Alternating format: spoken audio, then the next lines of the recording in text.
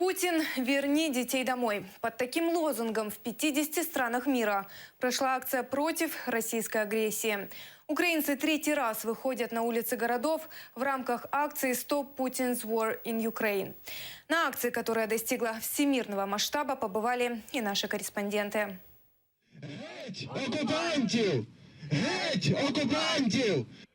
Фермер из Кировограда, крымский татарин из Анкары, бывший учитель и еще около сотни людей собрались на Майдане Независимости призывать власть России прекратить агрессию против Украины. Я не байдужий до долі нашої держави. Кожного дня, щосекунди необхідно напоминати всім про те, що в нас іде війна, що треба захищати нашу державу, наш народ і наше майбутнє. Я ж українка, я ж теж хочу, щоб ми були вільними. Конечно, Крым для нас важнее, но когда война в Украине закончится, особенно в районе Донецка, в первую очередь обрадуемся мы. Это уже третья всемирная акция «Стоп Путин, стоп война», которую в том числе проводят и в 3 городах России. Участники мероприятия с государственными флагами и плакатами в руках. На них портреты политзаключенных и призывы к президенту Путину с требованием прекратить агрессию, вывести оружие и деоккупировать Крымский полуостров.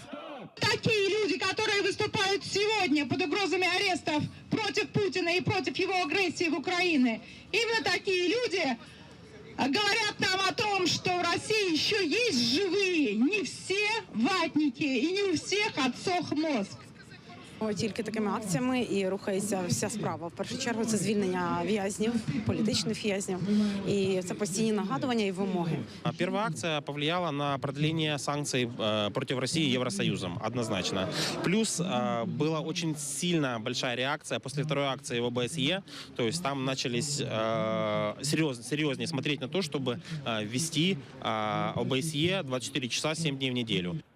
Главная цель акции – призвать весь мир усилить давление на Россию для восстановления территориальной целостности и мира в Украине. По словам организаторов, количество жертв и пострадавших от российской агрессии украинцев достигло 10 тысяч. Лидия Полянская, Асан Иминов, Заман, АТР.